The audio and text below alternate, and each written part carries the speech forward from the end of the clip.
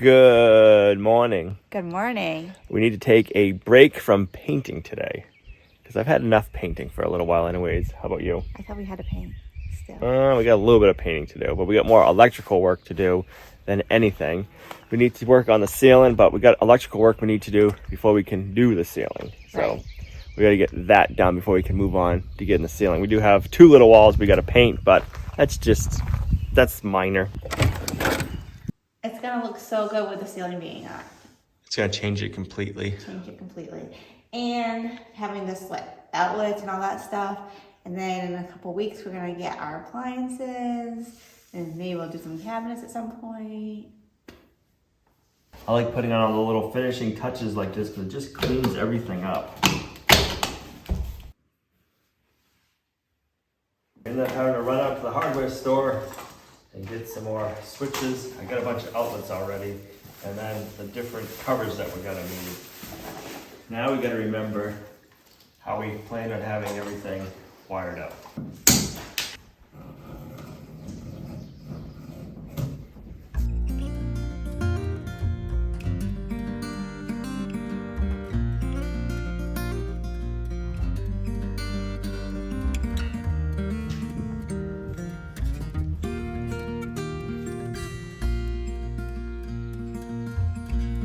I am not using GFCI outlets because I'm using GFCI and arc fault breakers in the panel. So everything's gonna be GFCI and arc fault. So I don't need the GFCI outlets in the house.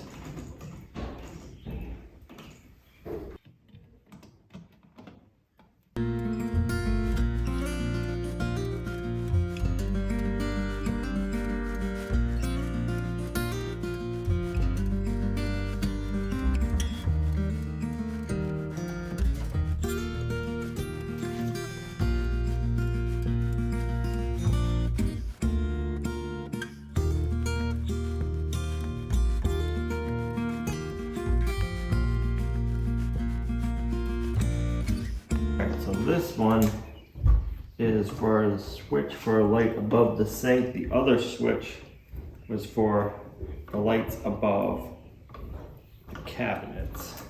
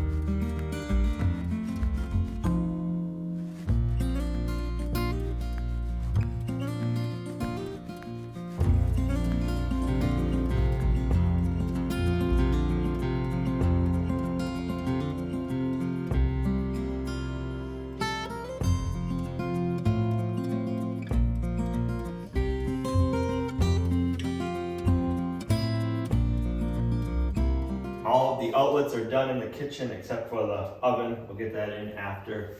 We're going to be building a custom cabinet in this area right here for a bunch of Gina's small appliances. That's why we have these outlets like this, the way they are. Everything else is for the kitchen cabinets. So the main reason we started doing the wiring is I need to run a couple of feed wires over to the greenhouse side before we can put the new ceiling up. So I need to do that before I forget. Because if we got the ceiling up, we won't have some power feed wires to get the outlets on the back wall that we need to do.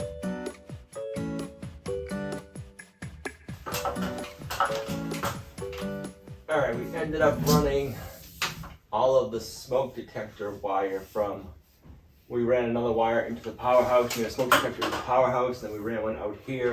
So that'll take care of all of the smoke detectors and they're all linked together. So this one, we're gonna cut it. I just don't have the boxes for them yet. Thought I had some here at the house, but I don't. So we're just gonna staple this up there, and then when we get the box, we can take care of that. And then I ran a couple of power feed wires in here for some more outlets.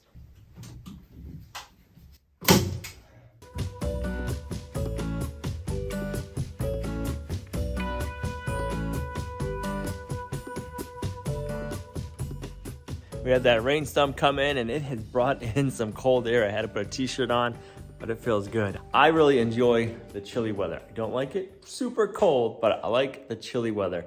So this feels good. So we got all of the wiring ran in the ceiling that we needed to for the greenhouse side.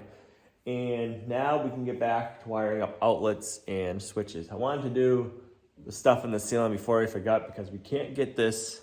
I don't want to show you too much, but that's some of the stuff for the ceiling. And we can't do that until we had all the wiring done. So I didn't want to forget because, yeah, that would not be good. The area we know our TV is going to be going, I like to do double outlets high and low. So you just make sure you have enough plugs for whatever we're going to need with the TV. Probably overkill, but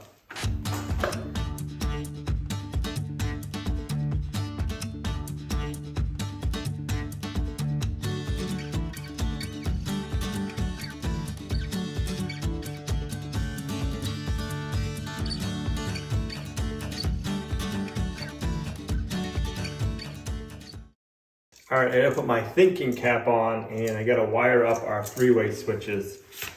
Three-way switches are one of those things to me that make me scratch my head. We're making it so you can shut off a light or turn it on from either here or over there, and you gotta wire them upright or they won't work. So we won't know that for a little while either.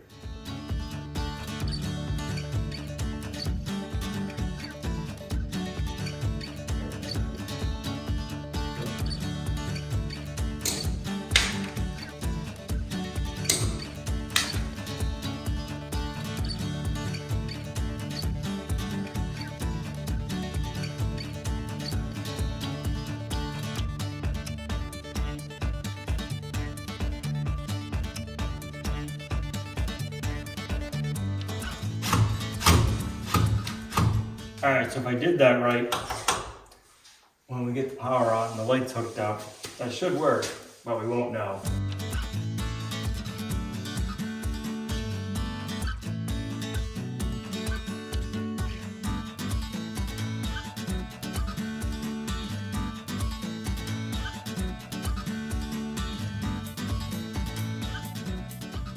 Before I go any further or close those up any better, I'm gonna do a little bit more research and make sure I have that all figured out right, because I don't want to get everything closed up with the ceiling knowing I have something messed up. So I'm gonna leave those. I think they're right, but I'm just gonna do a little bit more research tonight, make sure everything is good before I close them in. Yep.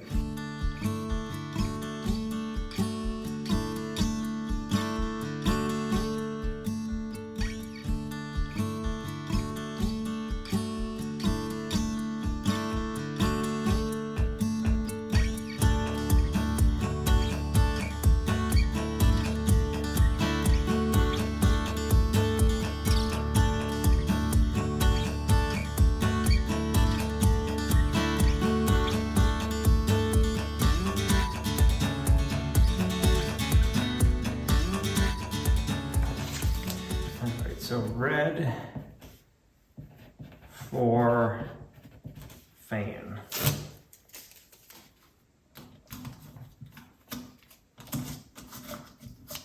Now I'm not going to wire up the outdoor lights.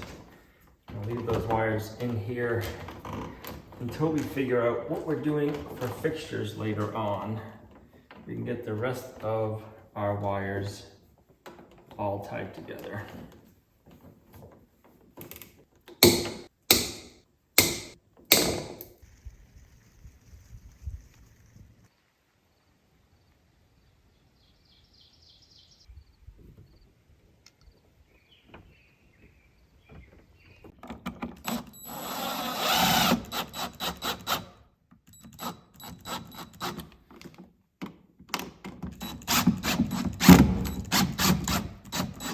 sun is setting, it's time to go home. In the morning, we're gonna switch gears up and get on to something else that we need to get going.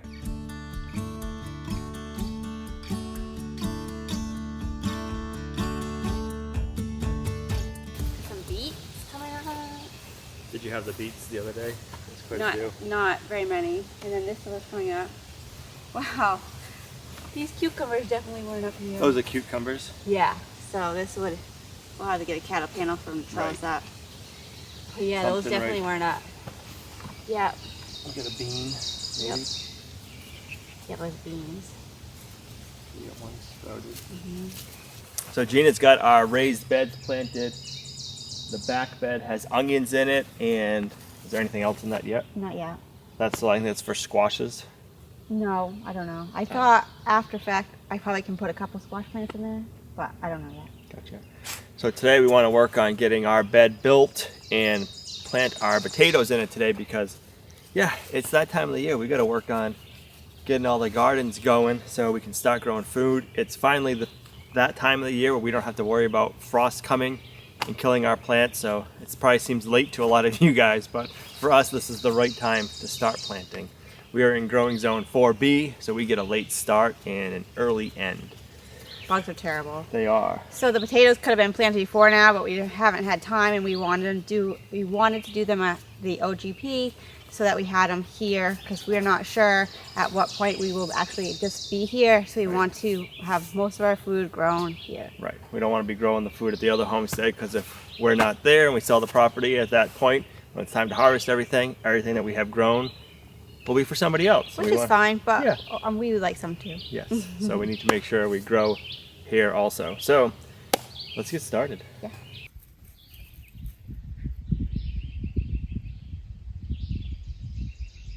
What are you doing, Tan Man? Tanner just loves it here, and he hasn't been able to come because we were sanding the sheetrock or the mud, and then we were painting, and I didn't want him getting in the paint, having that all over him, or him stepping in it and getting all of the floors. So I've been promising him we're almost done. So today he finally got to come. He's very excited.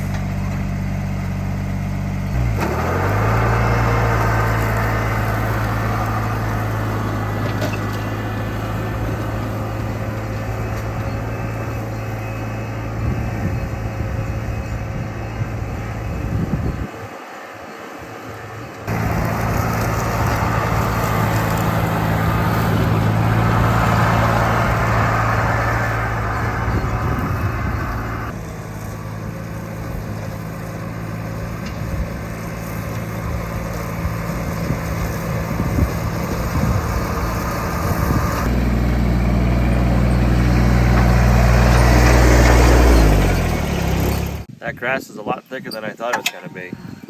That did really good from last year. I don't know if you remember last year, but we spent a lot of time working on this field. Yeah. And a lot of sweat, and I don't think we had any tears. No tears, but a lot of sweat and dust. A lot of sweat, dust, and dirt. And so to see that nice thick grass over there, that was really nice. We do have some bare spots, but plant some areas, but we had a lot of rain and different stuff going on. But now that we have a barrier, get some more seeds down here, more seed down here, we should be able to grow some good. I think so.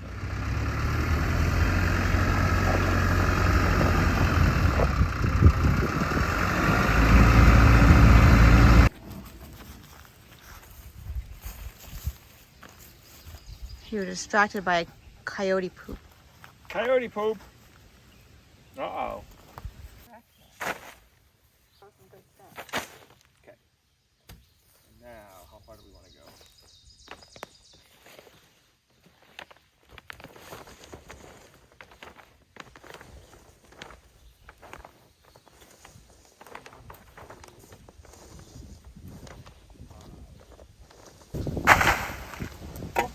That should keep the wind from blowing it. You want to do at least one more?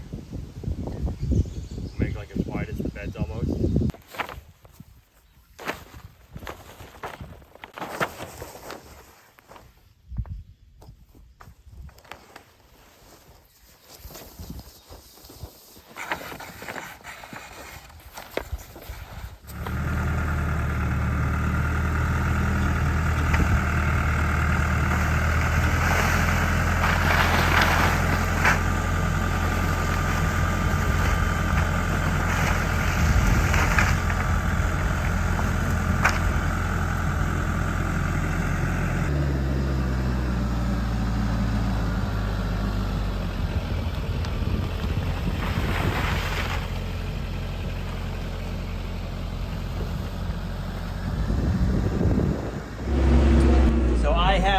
68 hard hours on this TYM tractor now. And I'll tell you what, I love this thing. We've got so much work with it. We used it to build our septic system, the leach field, for the road, for a lot of the housework, the driveway, for the gardens now. We got a mower for it that we've got to get hooked up. But man, I don't know. I just really like it. After using the little tractor and then getting into this, I'm like, yeah, no, this is really nice. Now that I've been using it for a while, I got everything dialed in and I know how it operates. It works good. Say hi, everybody. Oh, yes.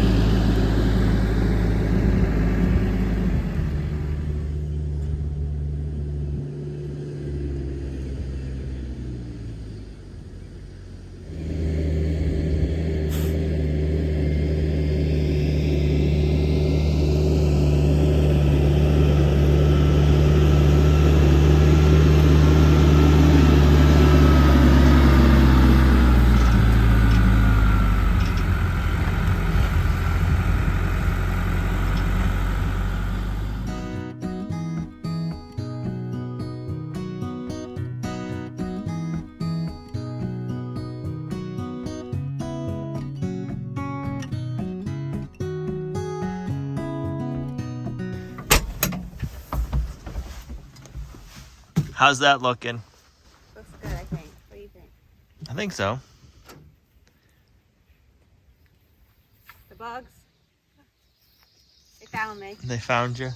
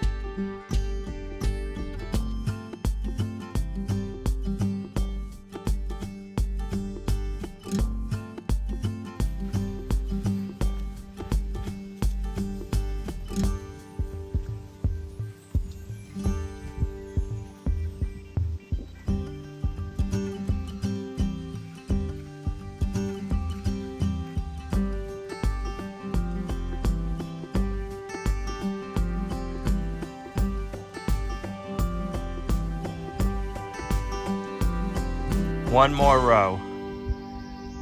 So you do this row with the smaller ones. What kind were those? Butterballs? German butterballs, yep. German butterballs, and I'll cover this one. All right.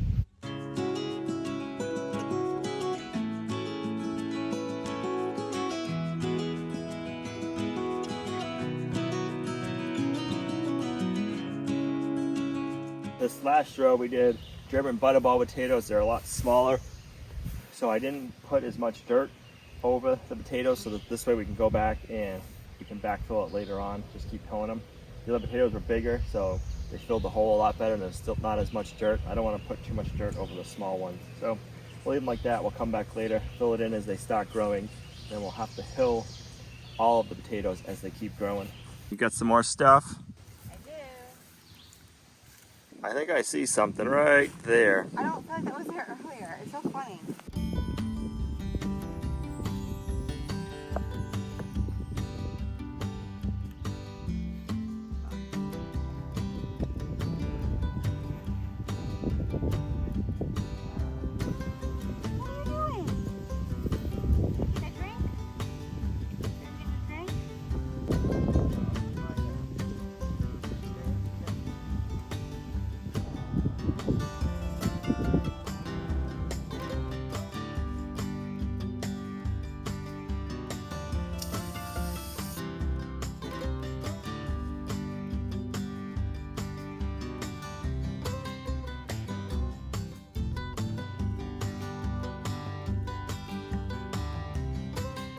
All right, we got the fence temporarily up. We need to make a repair right here in the repair kits back at the house. When you get these Premier One poultry nettings or any of their electric net fences, they come with repair kits, and we have them back at the house. We'll have to get one of those. We can fix that, and then we can electrify it. We can't do that right now. So this is an electric netting, so we know it's not tall enough to keep deer out, but we're hoping it being electrified will help keep them out. And then having it as close as it is, it's kind of like an illusion to them.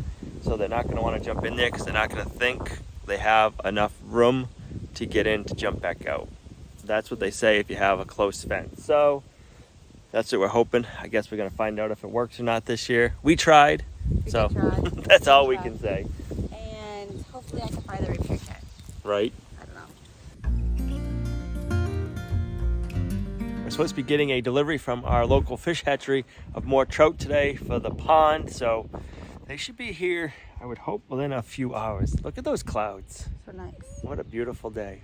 So nice out. So Gina is watering her flowers, and I'm going to do a little bit more electrical work while we wait for them to show up. But we are excited to get some more trout in the pond this year, and we're having a delivery brought here so we can get bigger fish than we got last year. So it'll be interesting to see how big they are when they show up. I still have to do some more research on the three-way switch in the hallway. I think I might have messed that up, but we're gonna have to wait and see. I didn't have a chance to look it up, oh my smokes, last night. So,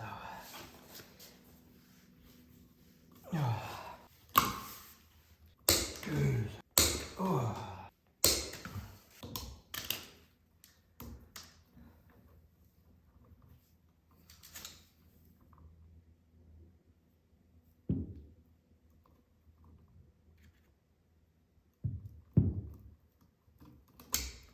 What are you doing, mister? Because I'm tired.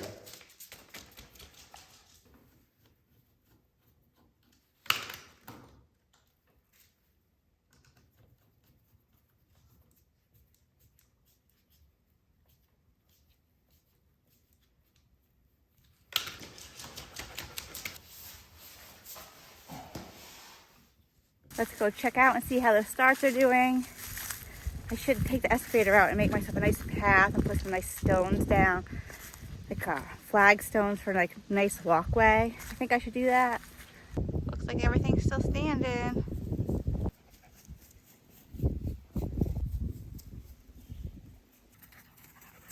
Tanner is super funny. He goes down into the house with doors open, and then he'll run back up here because I'm up here, and then he goes back down and see what Al's doing, runs back and sees what I'm doing. It's wicked funny. So we have the fish hatchery people here behind us. We're showing them up the way to the pond, and we're gonna unload the fish in a minute. Can't wait to see what they look like.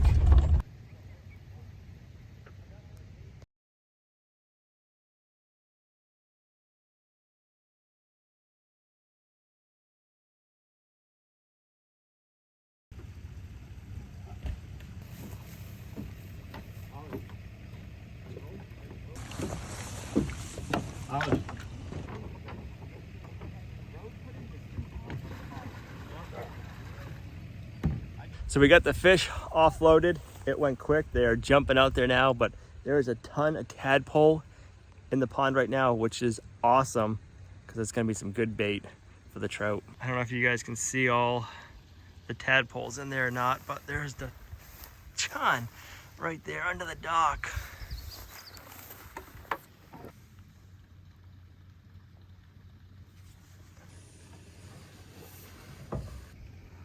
There's so many tadpoles in here. Them fish are gonna be eating good.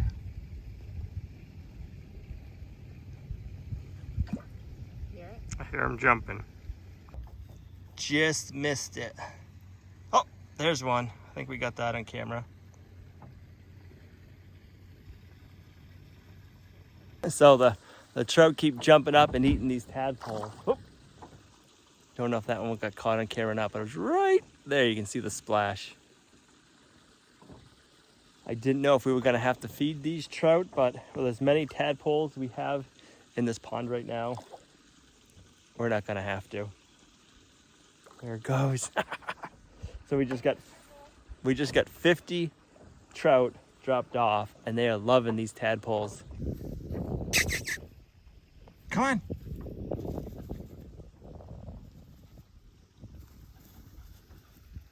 All right, so if you guys are newer to the channel, this is one of our 2 ponds that we have here on the property, and they are both spring fed, and I don't know if you can hear that or not, but this is the overflow. This one's always constantly running, even in the wintertime. There's at least 3, if not 5 springs that feed this pond, then it overflows and it goes down out that way.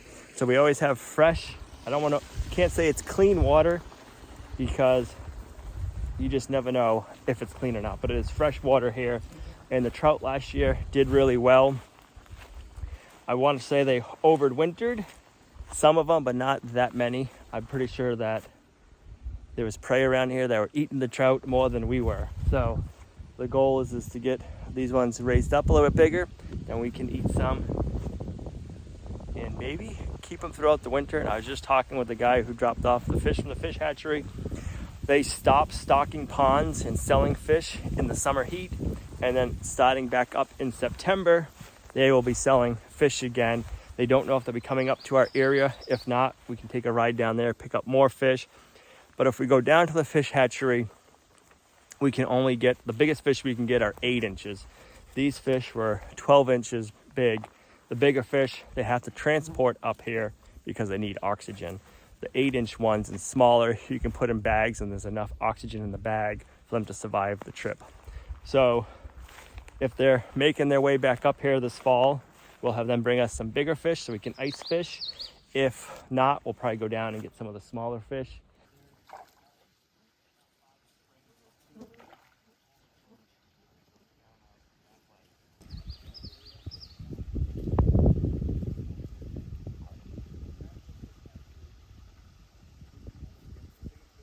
So one of the things I'm really excited to see this year, which seems kind of odd, is that this water is kind of murky.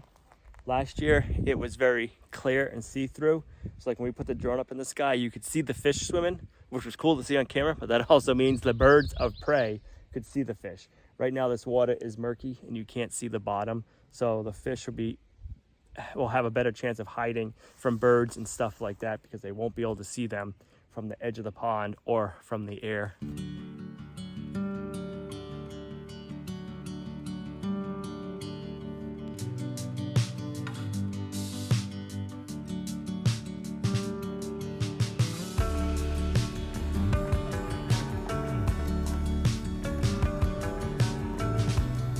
Now we have our oven outlet installed. We just got to hook it up to the outlet later on, but that'll be nice to have that done. And now we just need to figure out those 3-way switches, because I think I messed up one of them. So I need to go home and figure that out.